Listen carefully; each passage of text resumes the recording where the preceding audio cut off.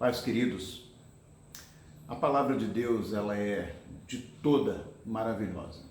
Todo livro sagrado é maravilhoso para nós. Mas tem um livro que ele tem características especiais.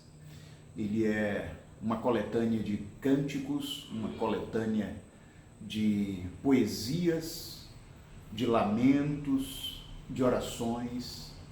Ali é uma fonte para nutrir o nosso coração e a nossa mente pela fidelidade do Senhor, pelo cuidado do Senhor.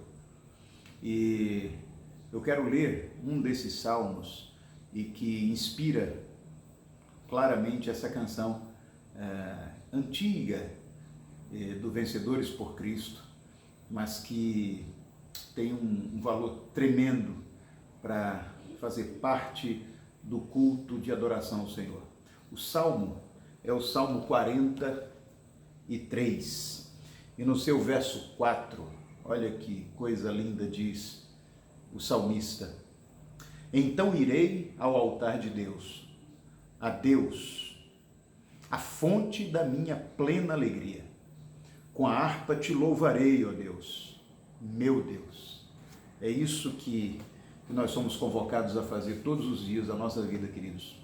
E diante de lutas, na fase boa também, quando a gente não enfrenta lutas, em todo o tempo, somos convidados a entrar pelas portas do louvor na presença do Senhor.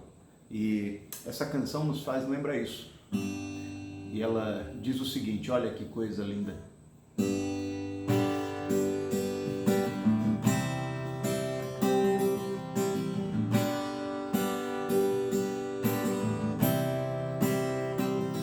Louva a Deus, e ao Senhor Jesus, de quem as bênçãos vêm. Louva a Deus,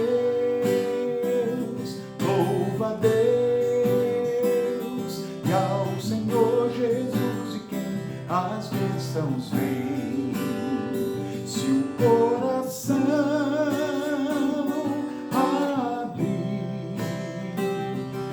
águas vivas do interior irão fluir. Se o coração abrir, águas vivas do interior irão fluir.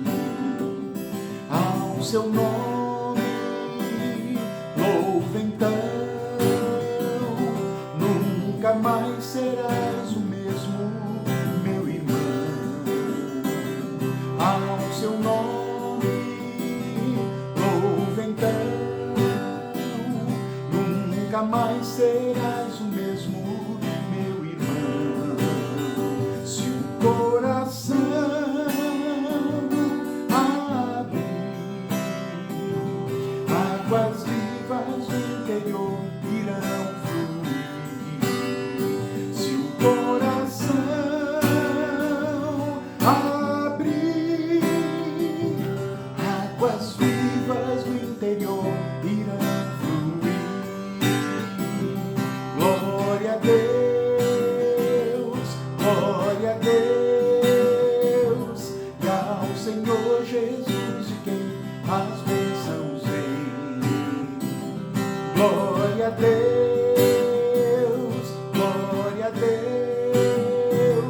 e ao Senhor Jesus, de quem as bênçãos vêm. Se o coração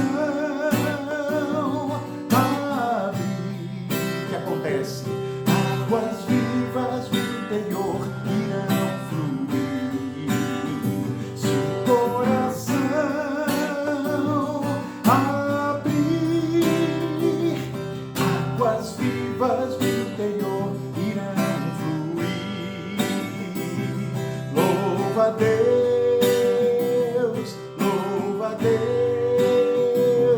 e ao Senhor Jesus, de quem as bênçãos vêm. Louva a Deus,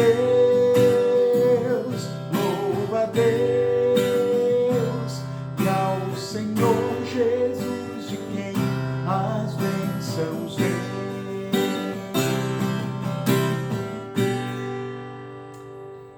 Aleluia! Louvemos ao Senhor sempre, em todas as circunstâncias. Deus abençoe, filhos. Paz. Graça e paz do Senhor Jesus a você, meu irmão, a você, minha irmã. Que bom ser recebido por você em sua casa, no conforto aí do seu lar. Espero sinceramente que você esteja muito bem. Embora estejamos distantes, separados nesse período de isolamento, estamos juntos em oração, estamos juntos no amor de Deus e no desejo de logo podermos nos encontrar. Enquanto isso, receba aí, olha, o meu abraço em nome de Jesus e a esperança de estarmos logo, logo juntos novamente, fisicamente falando, né? Bem, queridos, hoje nós vamos meditar na palavra no texto de Marcos, no capítulo 14. Eu quero convidar você a abrir a sua Bíblia em Marcos, no capítulo 14, a partir do verso 32, nós vamos ler até o verso 40 desse capítulo. Diz assim: Então foram para um lugar chamado Getsêmani, e Jesus disse a seus discípulos: Sentai-vos aqui, enquanto vou orar. E levou consigo Pedro, Tiago e João, e então começou a afligir-se e a angustiar-se. E disse-lhes: A minha alma está tão triste que estou a ponto de morrer. Ficai aqui e vigiai. E adiantando-se um pouco, Jesus prostrou-se em terra e começou a orar, para que, se possível, ele não tivesse de passar por aquela hora. E dizia: Abba, Pai, tudo te é possível. Afasta de mim esse cálice. Todavia não seja o que eu quero, mas o que tu queres. Voltando aos seus discípulos, achou-os dormindo. E disse a Pedro: Simão, estás dormindo? Não pudeste vigiar nem uma hora? Vigiai e orai, para que não entreis em tentação. O espírito está pronto, mas a carne é fraca. Então se retirou de novo e orou, proferindo as mesmas palavras.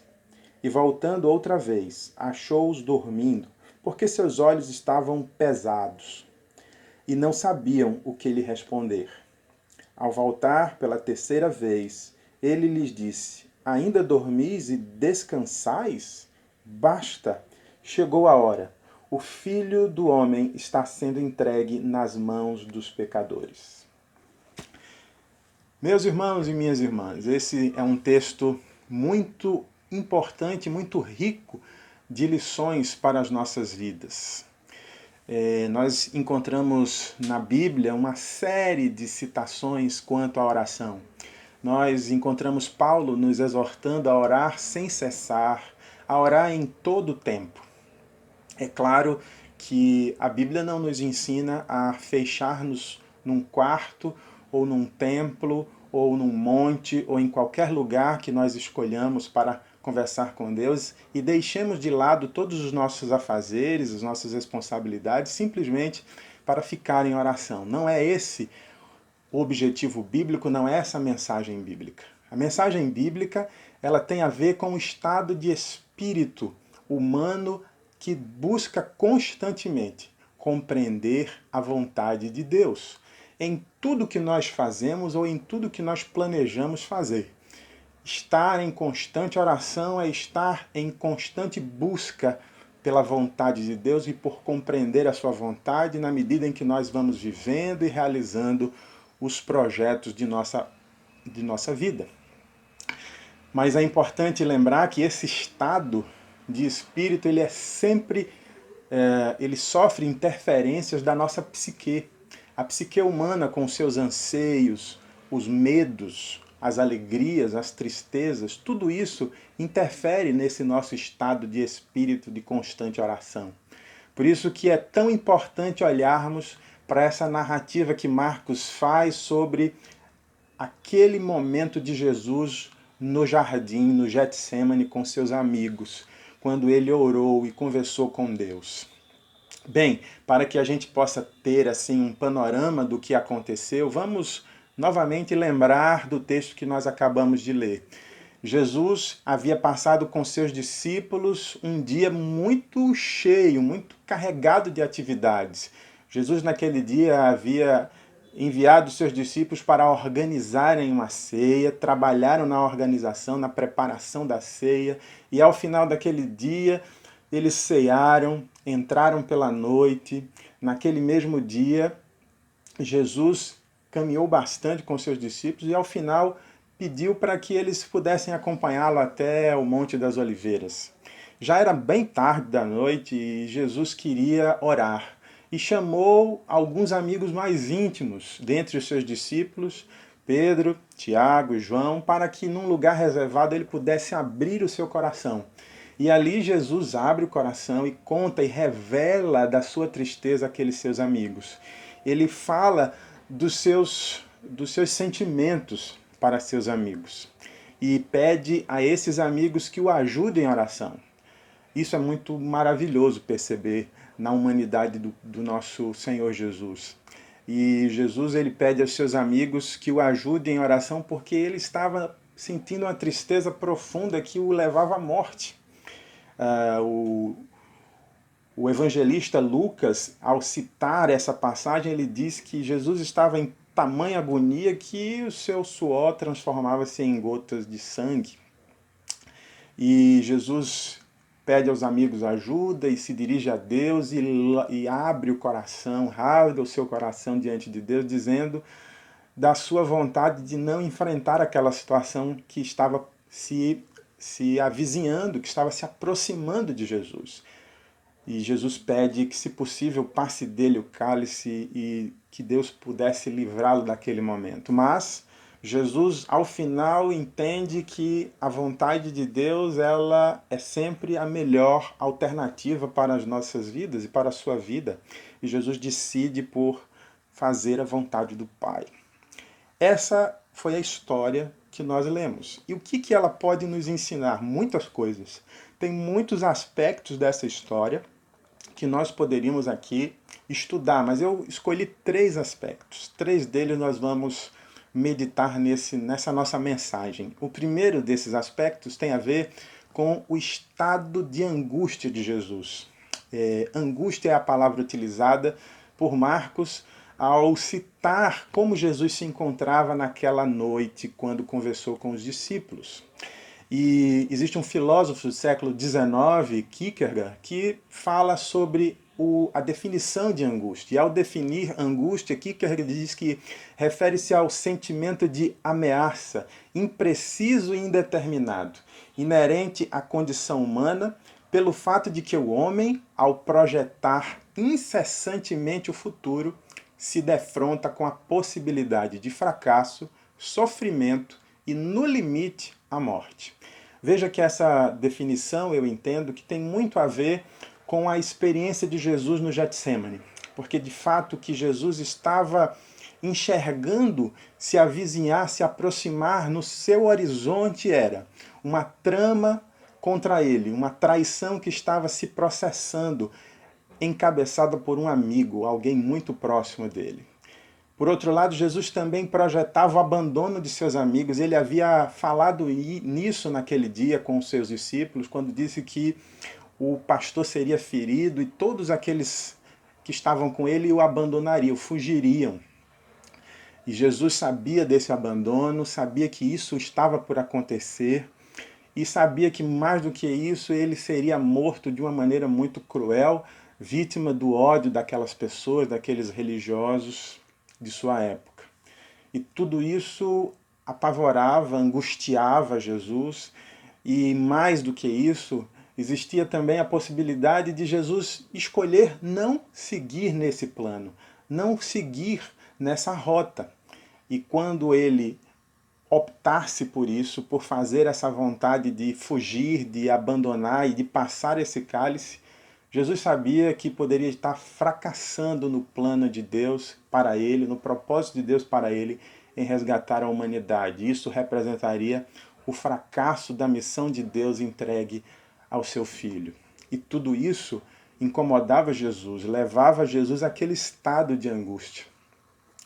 Portanto, quando Jesus se dirige a Deus e pede a Deus que passe o cálice, que livre ele daquela hora, Jesus estava num momento de angústia, projetando o futuro e todas essas possibilidades, inclusive a possibilidade de fracassar no propósito que Deus havia dado a ele.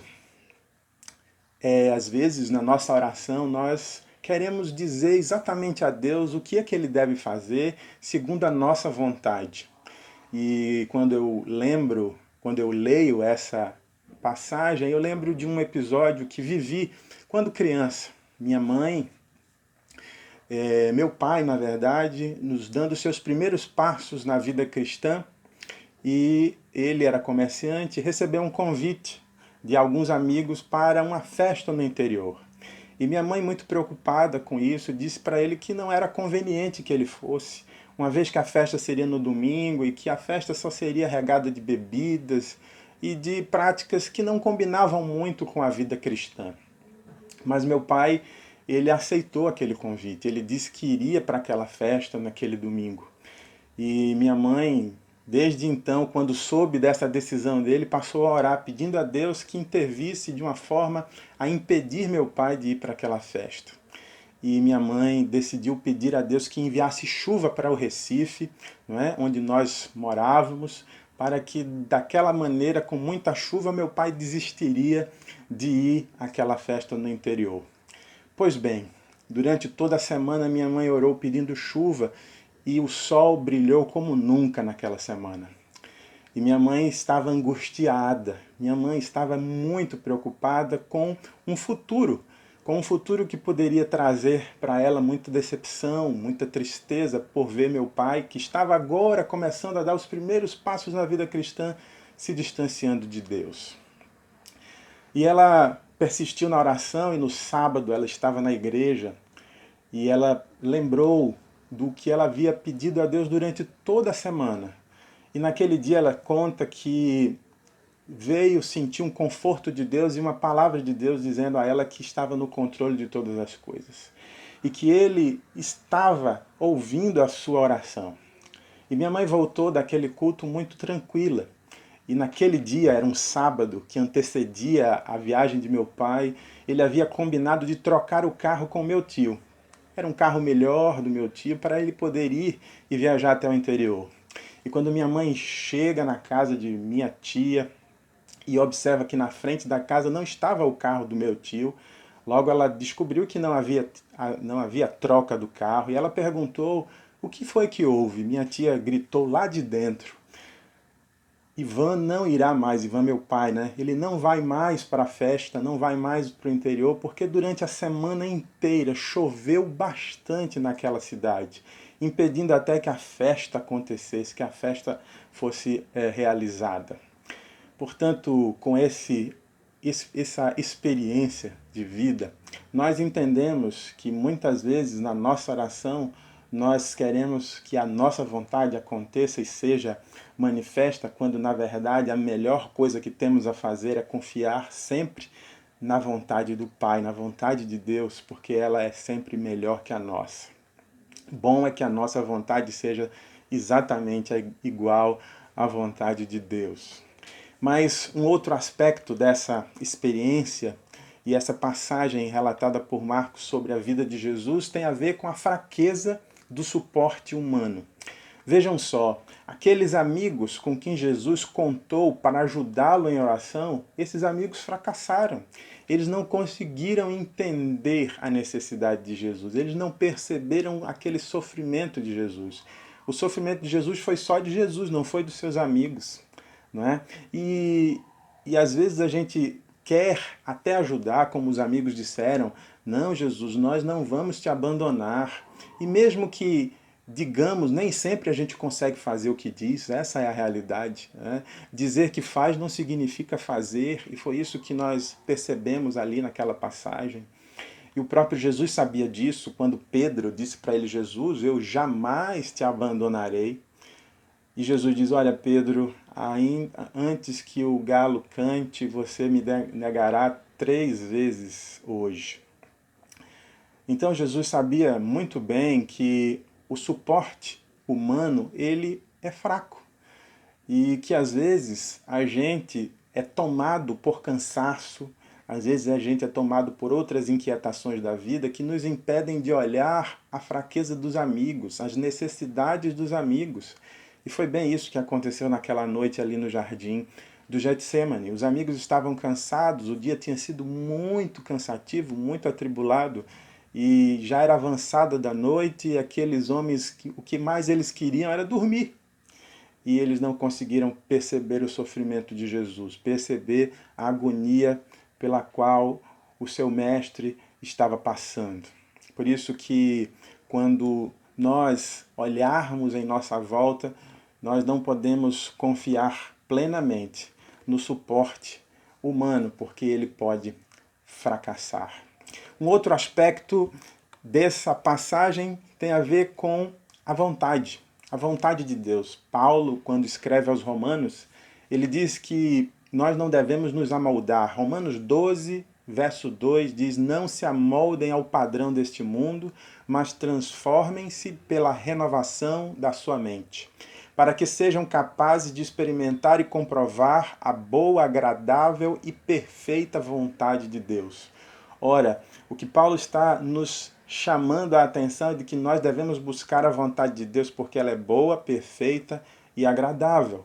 Mas quando o bom, perfeito e agradável inclui o sofrimento? Isso é muito importante que a gente atente, porque esse texto de Paulo não é um texto triunfalista, não é um texto que diz que nós só vamos viver, na nossa percepção, coisas boas, coisas perfeitas e agradáveis do nosso ponto de vista, mas do ponto de vista de Deus.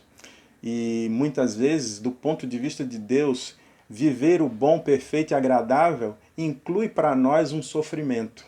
Porque quando Paulo diz que nós temos que romper com uma forma estabelecida, toda vez que nós precisamos romper com uma forma estabelecida, isso causa em nós sofrimento, isso causa em nós dor. Por isso que, ao buscarmos a boa, perfeita e agradável vontade de Deus, nós precisamos entender que às vezes isso vai implicar, vai incluir sofrimento para cada um de nós.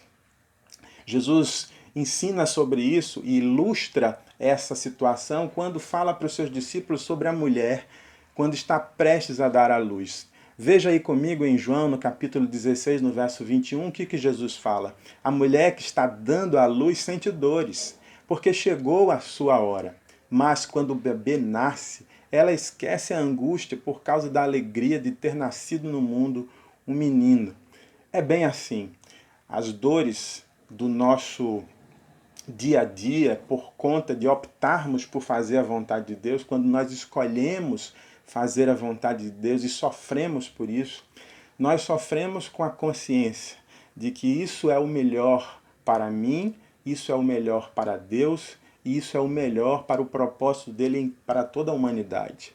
Portanto, nós precisamos entender que naquele contexto em que Jesus se encontrava, ele olhou para a sua humanidade, ele olhou para os seus sentimentos de medo, os sentimentos de pavor, os sentimentos de insegurança, mas ao mesmo tempo ele olhou para a vontade de Deus, ele olhou para os braços do Pai, ele olhou para o propósito de Deus, e ao comparar, ele decidiu que a vontade de Deus ela é boa, perfeita e agradável, ainda que isso significasse ser entregue na mão dos pecadores, ainda que isso significasse a morte na cruz. Ele sabia que isso traria em seguida gozo, alegria, a glória de Deus e a libertação da humanidade, a reconciliação da humanidade.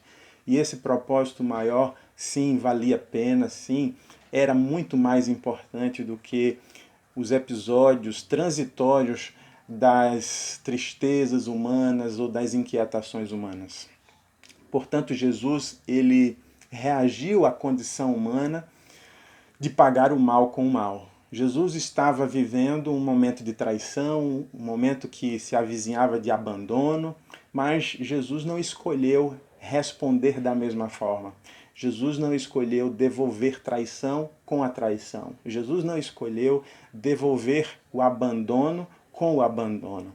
Jesus, ele reagiu ao condicionamento humano não pagando o mal com o mal, mas pagando o mal com o bem, pagando a traição com a fidelidade, pagando o abandono com a presença. Por isso que quando nós olhamos para essa decisão de Jesus, nós nos alegramos, porque a sua fidelidade, o seu amor nos trouxe alegria, nos trouxe paz, nos trouxe reconciliação com Deus. E isso é maravilhoso, querido, isso é maravilhoso. E em resumo, de todos esses aspectos que nós estudamos aqui, o que nós temos que guardar aqui na nossa memória é que, embora eu e você estejamos num jardim maravilhoso, lindo, nós podemos estar atormentados por dores da nossa existência, por perseguições, por traições, por abandono. Nós podemos estar sendo incomodados e atribulados por isso, por medos. E o que nós também devemos lembrar é que, às vezes, quando olharmos em nossa volta e encontrarmos amigos, pedindo a esses amigos ajuda, pode ser que esses amigos eles falhem ao tentar nos ajudar. Nós não podemos exigir desses amigos a perfeição, eles não são perfeitos, portanto eles podem fraquejar, eles podem falhar conosco. É uma possibilidade. E por último, quando olharmos todo esse cenário, a melhor coisa que nós podemos e temos que fazer é a oração. A oração sempre será a melhor saída. A oração que nos faz entender a vontade de Deus. A oração que nos faz entrar em sintonia com Deus, entrar em sintonia com sua vontade.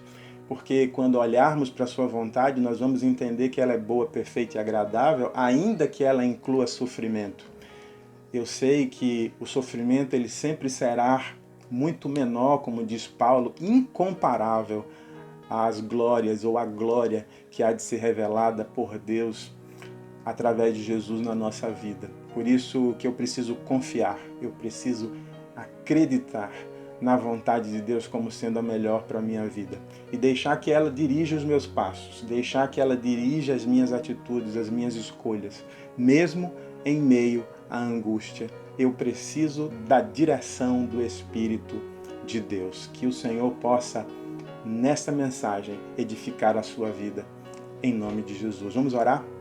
Querido Deus, eu te louvo por esse encontro, te louvo por cada pessoa que está nesse momento assistindo essa mensagem. Te peço, Espírito Santo, que visite o coração e a mente dessas pessoas, muitas delas que se encontram angustiadas, muitas delas que se encontram desesperadas. Espírito Santo, traz o consolo, traz o conforto e traz a certeza de que a vontade de Deus é a melhor para a vida de cada uma delas. Que elas possam se lançar nos teus braços, Deus, que elas possam se entregar à tua vontade e viver todos os dias na direção do Senhor, para que elas possam experimentar essa boa, perfeita e agradável vontade tua, que nos encoraja, mesmo tendo que enfrentar o sofrimento, ela nos encoraja a seguir de cabeça erguida, marchando e seguindo para o alvo que é o Senhor Jesus. Muito obrigado por esse encontro. Eu te peço que abençoe a vida de cada família, em nome de Jesus. Amém. Deus abençoe a sua vida e a vida da sua família, em nome de Jesus.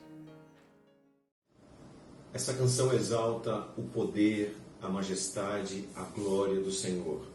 Ele é soberano sobre todas as coisas, Ele é soberano sobre as nossas vidas, Ele é quem supre as nossas necessidades e quem nos protege e nos guarda.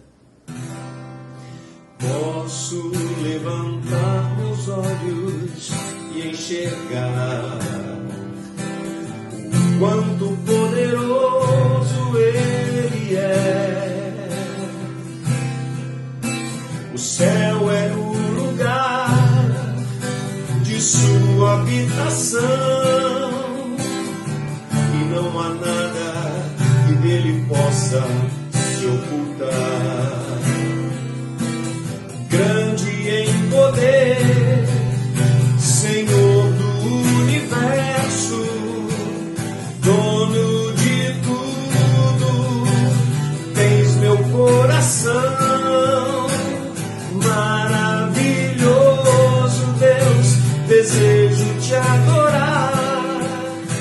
Estou em tua presença, estende minha mão.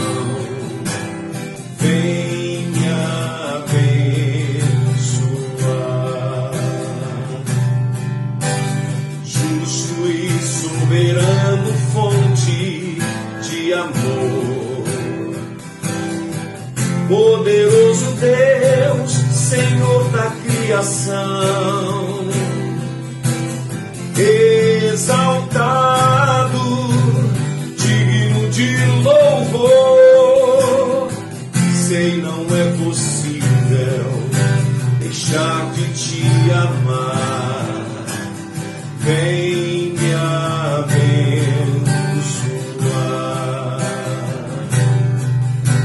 transporta em minha vida o teu Espírito e me derramarei no teu altar.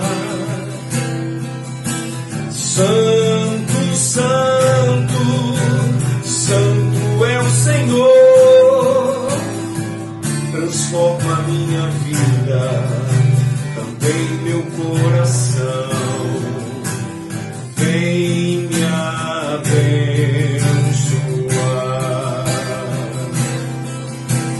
Grande em poder, Senhor do universo, dono de tudo, tens meu coração. Maravilhoso Deus, desejo te adorar. Estou em tua presença, estende-me a mão. Vem me abençoar.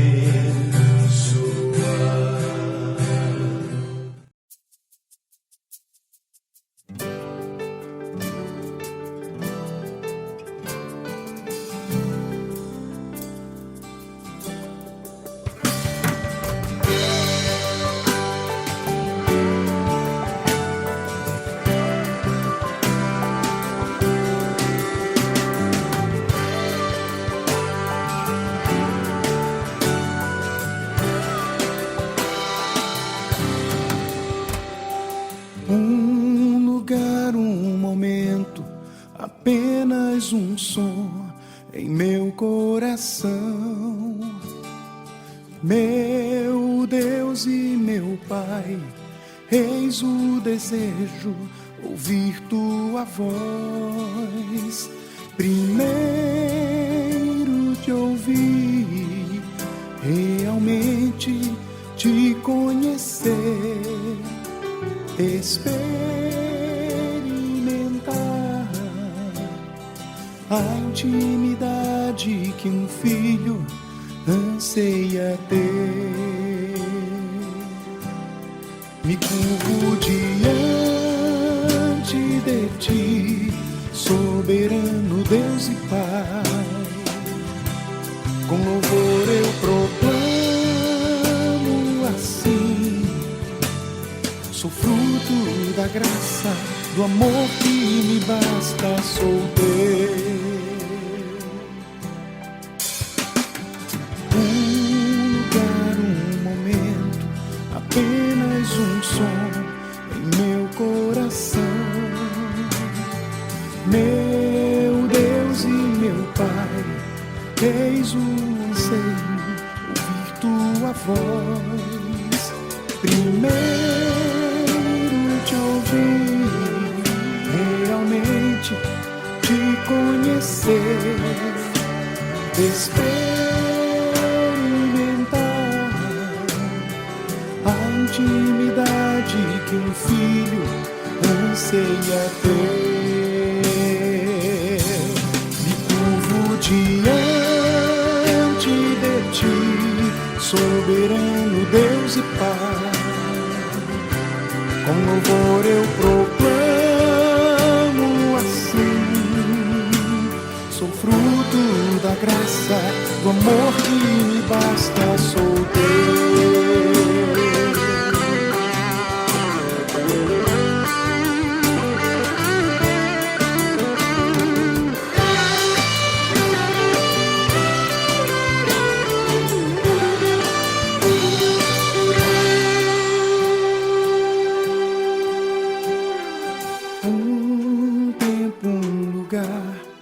Belo momento, nova canção, som que vem do céu, trovão ou silêncio, adoração. Primeiro te ouvir, realmente te conhecer, experimentar a intimidade que um filho anseia ter. Me curvo diante de ti, soberano Deus e Pai.